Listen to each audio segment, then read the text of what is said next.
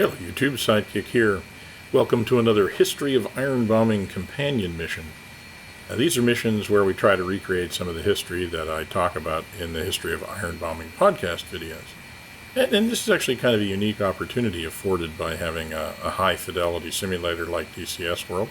We can not only talk about the history of tactical aviation, but we can actually go out and get at least a little taste of what it was like and how it changed over the years and decades, which was really why I kind of started the podcast in the first place. In the last companion mission, which is also the first companion mission, we flew the P-47 in Normandy. And today, we're flying the F-86F in Korea. Now, one of the interesting things about these two missions is that there were probably pilots that actually flew both of these kinds of missions in real life, because many of the pilots who flew in Korea were also World War II veterans. Before we go flying, let's take a little tour of the Sabre cockpit. Now, if you've flown the Jug, or if you've watched the previous video, you'll immediately be struck by some of the differences with the Jug. For instance, all of the panels are enclosed. There's no open sides of the cockpit like they are in a lot of warbirds. There's a lot more switches because there's quite a bit more electronics, including a variety of lights. And there's even some honest-to-God avionics in the form of an actual radar. But there are also a lot of similarities with the Jug. For instance, just the general layout. We have, when we look straight forward, we get flight instruments on the left. We get engine gauges on the right, although there's a few fewer engine gauges, since control of the jet actually ends up being simpler than controlling the big rotary engine in the Jug. The electrical panels are on the right, including the engine starting controls, and the gear, flaps, guns, switches are on the left, along with the throttle. There's a couple of new gauges, though. There's a Mach meter and a G meter, two things that you won't find in a warbird. And there's also new controls for the missile, for the Sidewinder missiles. Now, the weapons controls are not quite as ad hoc as they are in the P-47, where they're kind of scattered around the cockpit. But there is still a little bit of evidence that they were added kind of after the original design, because they're kind of mostly tucked in behind the stick, not exactly easy to access, and not all that easy to interpret or use. And I think that's one of the things we'll see develops over time as the weapons panel becomes a little bit more central, at least in attack aircraft, rather than kind of being an afterthought like it is here. There are also some points to note if you're used to more modern aircraft. First of all, notice that the cockpit is pure analog. There are absolutely no digital displays or controls, and because of that, there are quite a few switches, but there are no buttons. And there's no autopilot, and there's no nav radios or instruments. So let's get started today. We'll get taxiing, and we'll talk a little bit more about the F-86, and then we'll also talk about the mission that we're going to fly today. It's a bit of a long taxi, so I might as well do it while we're moving. One thing that you'll immediately notice that is a similarity with the Jug, if you fly the F-86, is that the steering is still provided by differential braking. There was no nose wheel steering at this point. As we're taxiing, let's talk about one of the major differences, though, from the P-47, and that is certainly in the controls. The F-86F uses hydraulically assisted controls. Now, this was actually quite a big deal at the time. See, because until the jet aircraft, warbirds were basically fly-by-wire, well, fly-by-cable. Essentially, the pilot's controls in the cockpit were directly connected to the control surfaces. There might have been some mechanical advantage, but basically, muscle power alone was what was used to actually move those control surfaces. And the effort that was required to move them definitely changed with speed. In fact, you could sort of tell how fast you were going in a warbird by how the controls felt. When you're going really slowly, they definitely are mushy. You can move them a lot easier. When you're going really, really fast, it becomes very difficult to actually move the control surfaces. And that was the problem. Because as speeds became faster and faster in the jets, basically human muscle power just became inadequate for moving the control surfaces enough for responsive maneuvering. And so hydraulic assist had to be added. Now, you can actually tell that the pilots and even the aircraft designers were not quite sure what to make of it. If you read some of the manuals and the guides, there's an awful lot of time spent making sure that the hydraulics are actually working, and much more so than in a modern aircraft. And I think you get the sense that pilots were not really sure they liked having a machine in between them and their control surfaces at the time. Now, another thing we can note as we taxi is the huge difference in pilot position. Now, obviously, we're sitting upright because we have a tricycle landing gear instead of the tail dragger. But even without that, our view is a whole lot better compared to the Jug. Without the engine in front of us, we can certainly see better forward, and because we're able to move the cockpit farther forward because we don't have the engine in front of us, our view over the side is also much better because it's not obscured by the wings. Okay, let's talk a little bit about the mission that we're going to be flying today. This is a mission that's taking place in the latter part of the Korean War, probably late 1952 or early 1953. So peace talks have actually been going on for more than a year, but they've kind of been stalled, and they're hung up mostly over a question of prisoner repatriation. Basically, the communist side wanted to make sure that all communist prisoners were repatriated, whether they wanted to go home or not. They were really not interested in the spectacle of soldiers that had been taken prisoner by democratic forces that then decided that they'd rather not go back to the communist paradise. At any rate, the UN has been trying to force the North's hand at the peace table by essentially trying to strangle the supply to their frontline troops and demonstrate, that the cost of maintaining an army at the front just isn't worth it. So today we're going to be assisting in that by going after a very strategic bridge. It's strategic because it's in an isolated valley. The valley is hard to bypass, and it's also hard to access. So the bridge is kind of hard to do without, and it's also hard to replace, which makes it high value. Of course, it also makes it an obvious target, which means that it's going to be well defended. It's also at the bottom of a pretty deep valley with only really one access for ingress and egress, which means the defenses will be concentrated on that access. It's also a small target, so our only hope of hitting it is to go in high and dive bomb it. At this point in the war, the enemy has enough radar around that they'll know we're coming. We won't fly straight towards it, but it won't be hard to guess where we're headed after a certain point of view. So we can expect a pretty well-prepared and alert enemy while we try to dive from a high altitude and hit a small target in the bottom of a deep valley. Should be a good time. Anyways, we're up the runway here. No reason not to get rolling. So let's get taken off. I'll give you a look at the map of the mission here once we start the climb up. So another thing that you're going to notice difference between the Sabre and Warbirds is that the takeoff run is quite a bit longer. Although the jet engines were a lot more powerful, it did take them a while to develop that power compared to the big piston engines. Also, the Sabre, with its swept wings, had quite a bit higher takeoff speed than the Warbirds did. So you combine all of that, you get quite a bit longer takeoff run. And again, because of the tricycle gear, it also meant that jets like the Sabre required pretty much a hard surface runway. They couldn't operate from the pierced steel planking runways that the Corsairs and the F-51s could in Korea.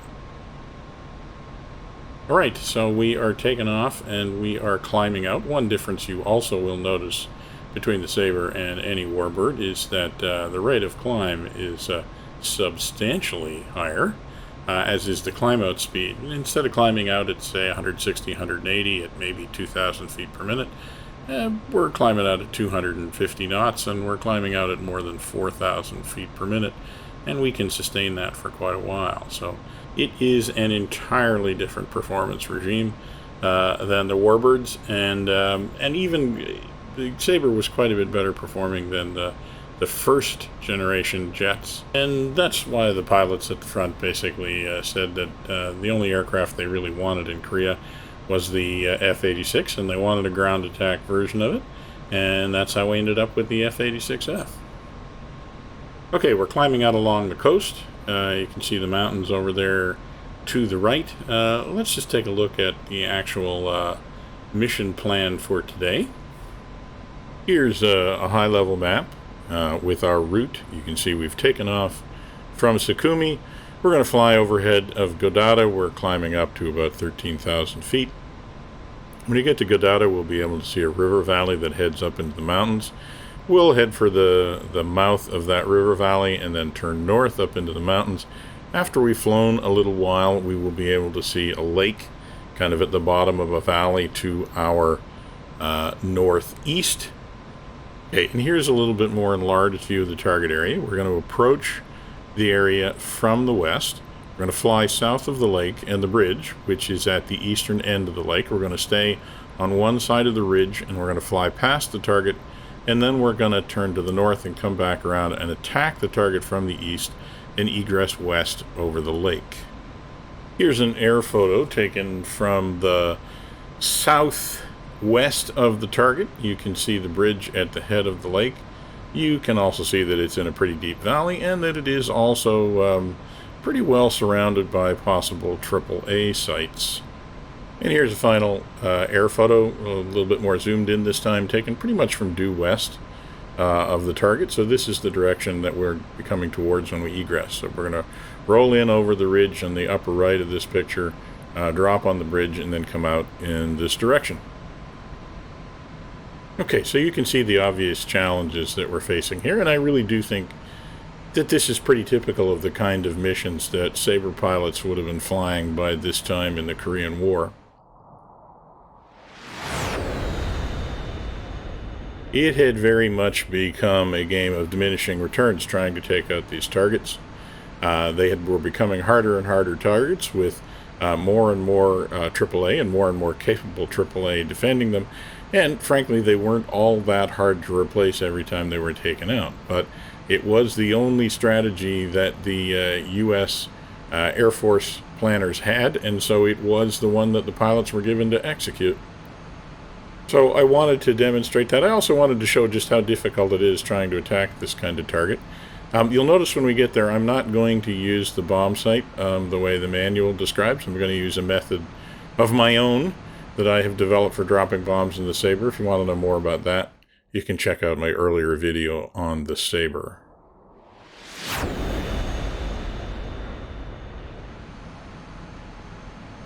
Okay, we're leveling out here at about 13,000 feet. You can see kind of our first waypoint there, that valley that comes down out of the mountains, just on the right-hand side of the forward windscreen. So we're going to head for that. We're going to try and maintain something like 13,000 feet. When we get to the entrance to the valley, we're going to turn to the northeast, fly up the valley, and we're going to start looking northeast for the lake that is basically the biggest landmark that's close to the bridge. Also pulling back on the power a little bit. You can see we're really not even at 50% power. We're managing 400 knots. Once again, just a clear indication of the difference in performance between the F-86 and the Warbirds. P-51 or Corsair would certainly be might be able to touch this speed, but they'd be all out to be able to do it. Okay, so we're flying up the valley. We want to look forward to the right. We're just looking for that lake that's kind of nestled in between the hills, and we want to turn before we get to it so we can fly down with it on our left hand side and then cross over the ridge once we see the bridge and come back and egress over the lake. That's the plan.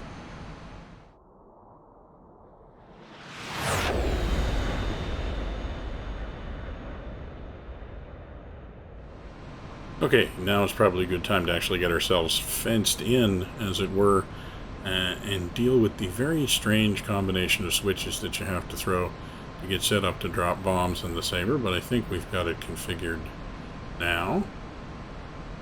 And I think it's just as well, because I think I see the lake coming up there, again, on the right-hand side of the front windscreen. So I think we're going to start our turn to the right here. So I want to keep that. Yes, that's the lake there, and I want to put the lake off the left-hand side. We'll fly fairly close to it, because we do want to be able to see over the ridge and down to the bridge. Yeah, there's the lake there. You can see it's passing under the right-hand side of the cockpit now. So we come around more to the east, leveled out here, and start taking a look, see if we can actually identify the bridge. Okay, there's the valley. There's the head of the lake. Basically see the bridge in there. See the road coming from the north side to the south side. You can see the river coming down to the lake. We basically know where we have to go. Just a matter of shaping ourselves around here. I can see that there's already a bit of flap, and there's a bit of flak coming up. We get prepared to go down. Let's get the speed brakes out. And let's roll in. Okay, so we're using the bombing technique that I like to use in the Sabre. I did make a video about it at one point. I'm not using the radar bomb sight. I'm using the fixed sight. I'm basically going to put the pipper on a fixed point beyond the bridge and wait till the bottom of the sight comes up to it. It's not the way the manual describes it, but it works. It works even when there's lots of people who don't want it to. Right, hold it there, hold it there, hold it there, and away. And let's get out of here, please. That looks like an acceptable result. Time to be elsewhere. Oh my, you seem to have had a little bit of a problem. Let me, there's still, one of these things is not like the other for sure. Let's get down over this ridge, get away from the scene of the crime, and take a look and see how bad things are. The jet doesn't feel bad, but we are definitely missing our right aileron. Let's get back out towards the coast. That is safety. We do have an alternative airfield that's a little bit closer than the prime that we took off from. We're probably going to want to make for that, the damaged jet. Don't want to do anything very dramatic here. I'll get a little bit closer to the coast, then we'll start testing to see how well we can still control this airplane. Doesn't feel bad right now. Not even really feeling any buffeting or anything. We are going pretty fast. I should probably slow down a little bit. Okay, well, definitely some damage to the right wing, and we are missing an aileron, but we still seem to be controllable. Just a little bit of wing rocking here. I'm not feeling anything untoward. There's the coast, and there's the airfield, so I'm feeling pretty good that we're going to be able to get home with this. So start slowing down for sure. Head for that airfield that's out on the point there.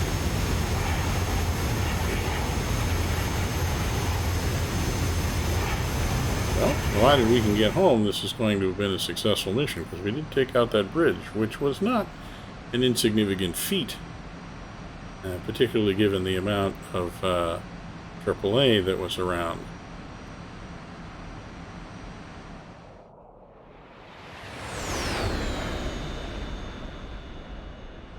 Okay, there's the field. We're still carrying plenty of speed, but we're safe over the water now, so I think it's safe for us to dial it back here and get ready. I'm not going to bother doing a break or anything, just going to go down over the water and do a nice long base and final.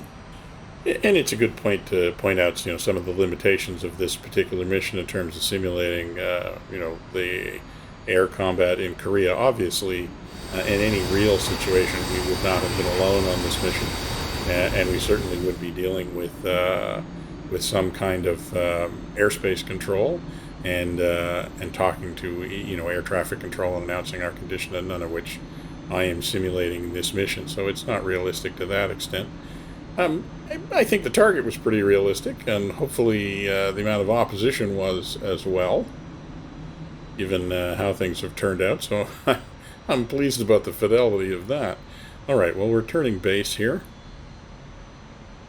Still looking pretty good. The controls do not feel, not really feel any different. Not feeling like anything is a problem as we're slowing down. Probably going to take the approach fairly quickly, though. Don't want to take a chance on having some untoward behavior as we get down towards the stall speed. We'll probably just keep our speed up. It's going to be interesting to see what happens when we deploy the gear and flaps as well. Not sure that the gear is undamaged, so that will be an interesting moment. And that we're putting down the gear now.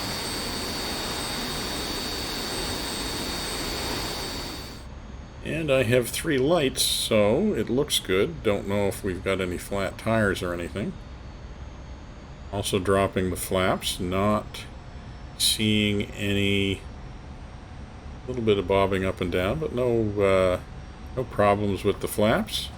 So it looks like it's going to be a fairly standard landing. Like I said, I'm just carrying a bit of extra speed. Rather be over the runway if something bad happens. Just keeping it a little bit speedy, but aiming at the end of the runway. Looking good, feeling good. Let's flare it out. And we'll just sail down the runway here.